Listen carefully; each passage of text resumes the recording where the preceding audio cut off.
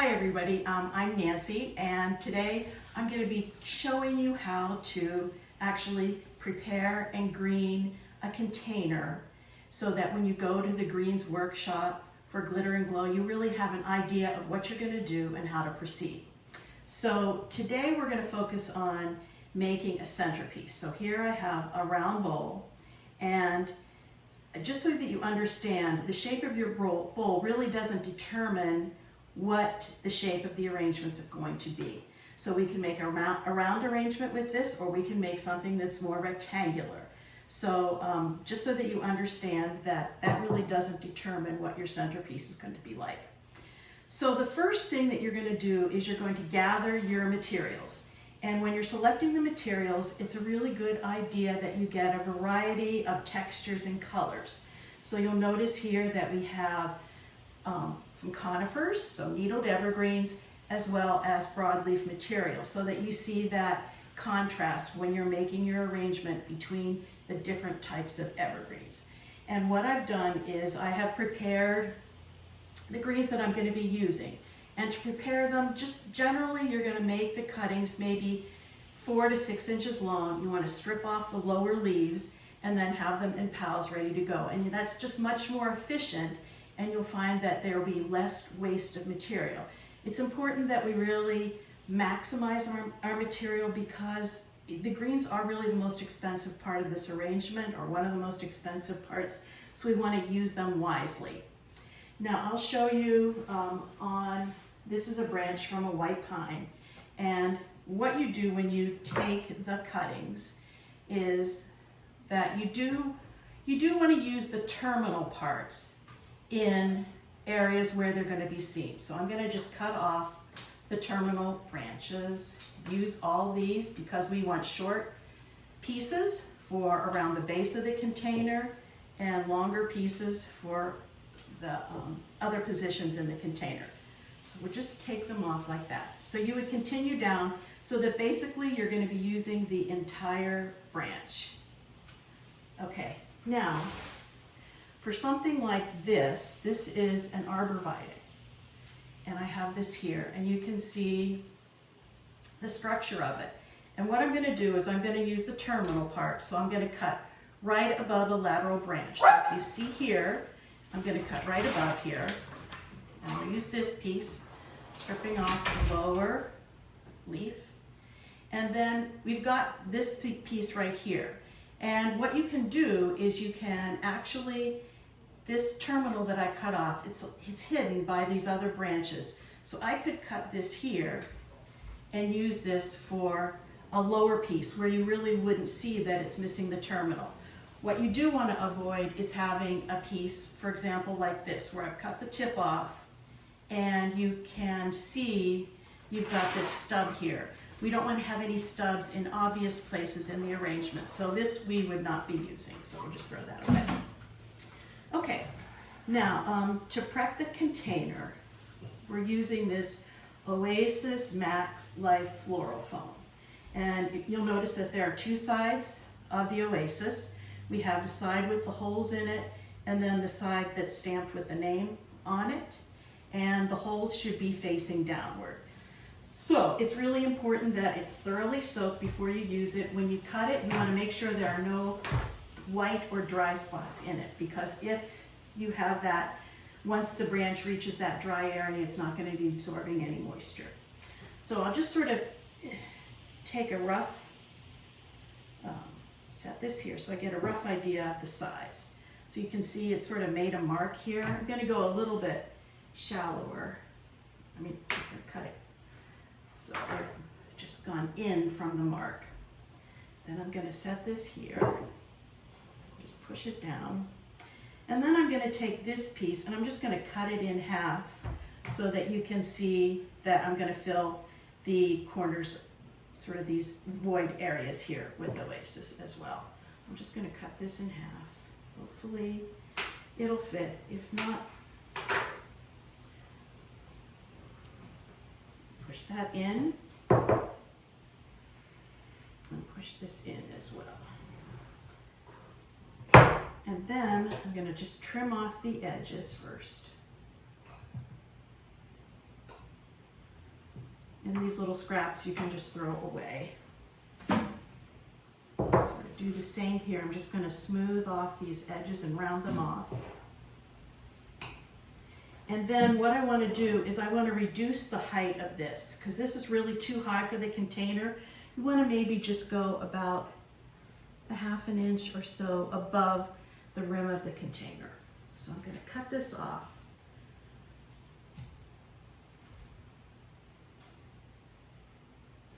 And it doesn't have to be perfectly straight. The greens will all hide that.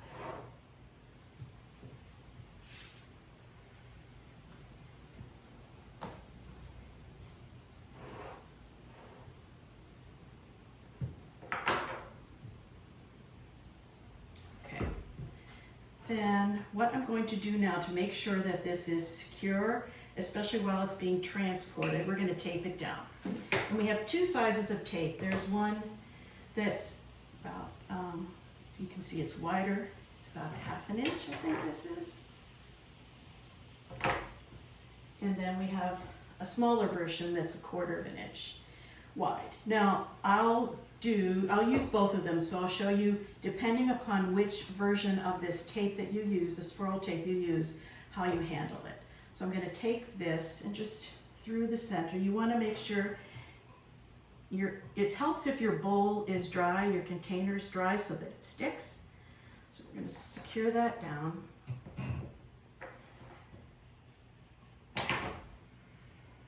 And then the other thing you can do to really make sure it's secure, you can take just a little tab of the tape and put it right across here so that we're sure that it's not going to pop off. And now I need to find where this is. It's like a roll of tape thing. Okay, yeah, see, the container's a little wet. My hands are wet, so that makes a difference. Now, if you're going to use the wider tape,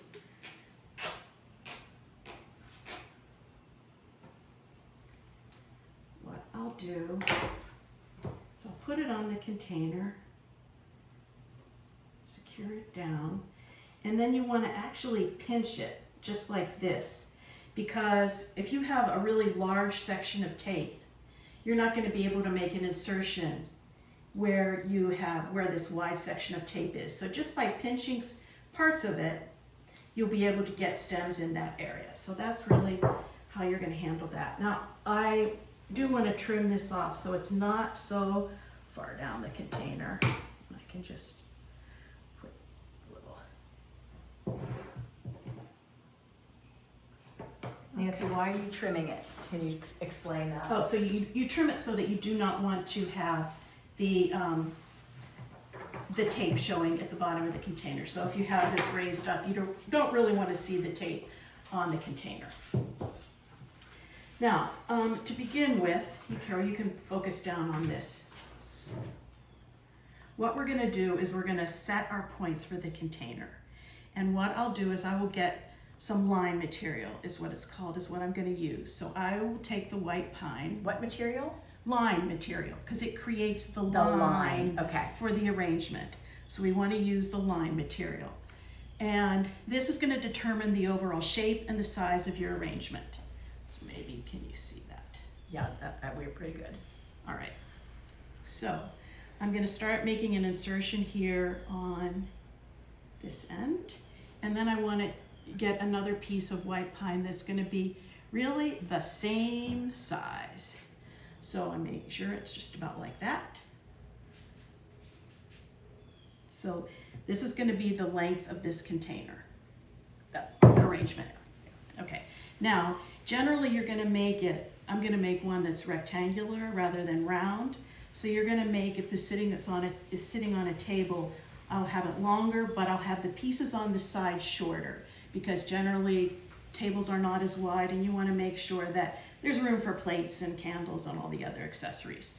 So I'll make the side insertions a little smaller. So I'm just sort of picking through here. I guess I'll just go with these two. So this is going to be the line for here. The other thing that I want to mention is that when you make your insertions, you really do want to make them so that they sort of fall down rather than are inserted upward. And just give you an example, rather than inserting this so it goes up, you'll notice that I made the insertion so it cascades or falls down. Otherwise, it looks like, you know, your arrangement may lift off the table. You really want it to flow and sort of be, you know, just sort of more relaxed and not so upright and stiff. Then the other thing is, now I'll start to basically add some other line material. I'm going to put in my centerpiece. So this will determine the height of the arrangement. And when you make, I'm going to go a little bit higher than that. When you make an arrangement, you really don't, for a table, you don't really want it too high. And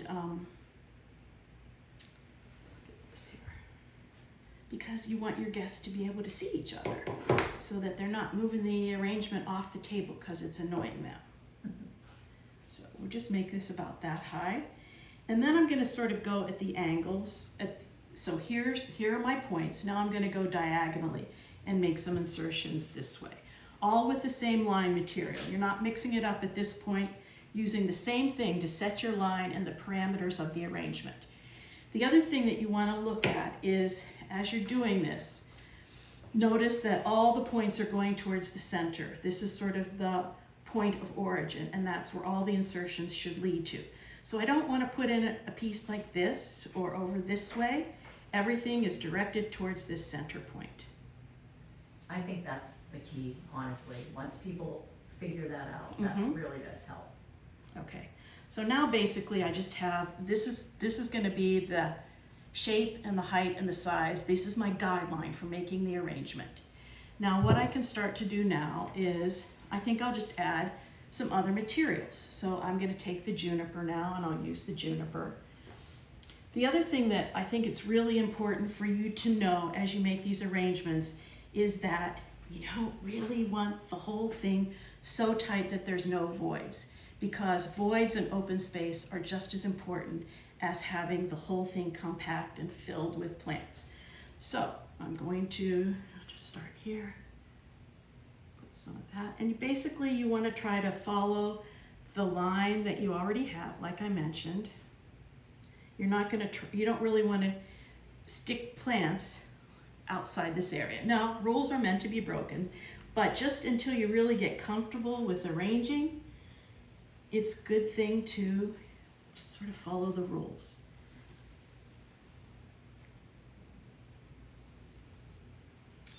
Okay.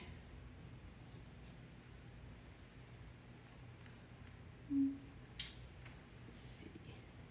Let me know if you need more clips. Okay. I'll be your sous chef. All right, so here I'm going to make actually 2 cuttings from this. This is a good thing to do. So I don't need anything quite that long. So I'm going to cut right above a lateral branch. I'll use this for one insertion. Put it down here. But then I can also use this piece, and you really don't see that nub. It's important that you don't see that large stub that you've made. So I'll put that over here. All right.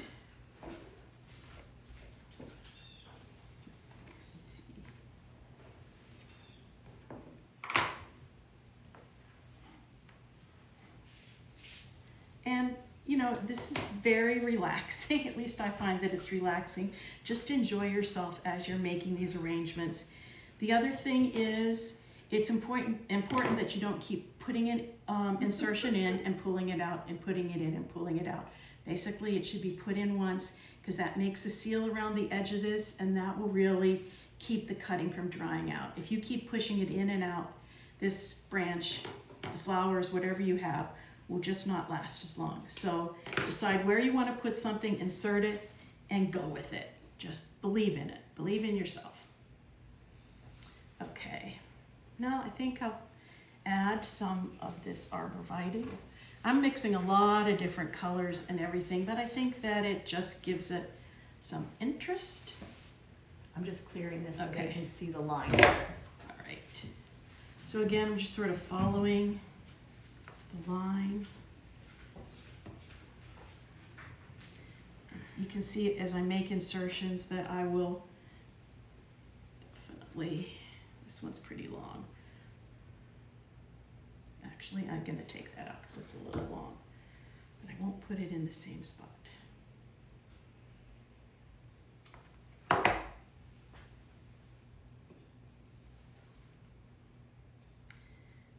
right.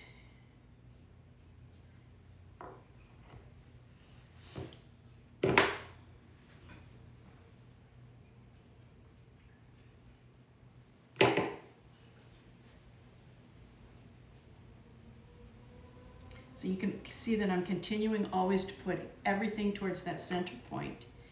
Have some free space here. It's not all completely.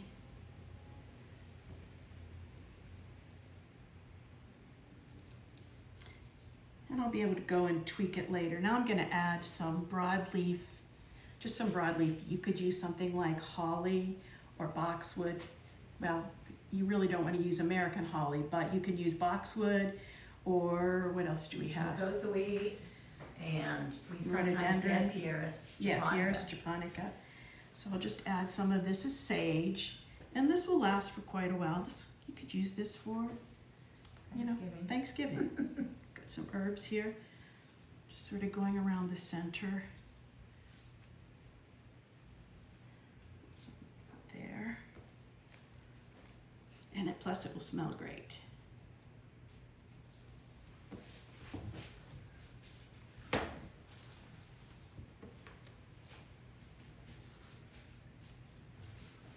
So you can see I've just sort of followed the line of the container. I'm not making it any higher. Got my guidelines set and I'm just going with them. And then afterwards you can tweak it if you, whatever you see fit. Okay. Now I think what I will do is I'm going to go back and add more white pine as filler. And remember, this isn't the final product, because we have to leave space for if you want to add cones or anything like that. So remember, you don't have to have every single space filled, because you may be putting in ribbons, cones, any kind of accoutrements, flowers later on. The other thing that you do want to do is you want to make sure that you don't see your mechanics and you've covered the entire bowl. So I'm cutting some more things down. I have some other juniper if you want it. Okay. You know, it would be nice to have some berries in here. But just this gives you, I think, hopefully an idea of, you know, what you need to do when you make the arrangement. Now I could have made this round, or you can make it, you know, asymmetrical, so it's not the same, but. But for a rectangular table, you would have it a little wider than Right. across the table. Right. Okay, and I think that at this point you just want to stop here, because as I mentioned, we're going to be adding in other items. Later on, Carol will shush it up. So I'll just go around and check around the base and make sure. This is where all these little pieces that you cut off the white pine come in handy. So as we were going along on the branches, let me see, I probably did. So if you have a space and there is oasis exposed, you can either tuck a little bit more green in or know that you're going to be putting a pine cone or a... Exactly. Okay. So this is where these little pieces like this, these side lateral branches on the white pine that you're going to use around the bottom of the container. So I'll just take things like this and just say, okay, these are just little pieces to make sure that when the person that's sitting, you know, Right. down, they don't say, oh wow, look at that. What rookie did that? Yeah, exactly. Right. So I can't see really over there, but I'm guessing there's some green. There was All right. one. Yeah, you'll see it when you flip it around. But I think people are definitely can tell. Okay, so that's it. So you can see we've got broadleaf evergreens, we've got the sage, which serves as our broadleaf evergreen. We've got different colors and textures. So there's interest right there. The arrangement is now green, and now you can add flowers, cones, berries, fruit, Santas, whatever you want to make it, you know. Which is what I will do later, but Okay. that is the greening of the arrangement. Right. All right, Okay. it looks fantastic, thank you.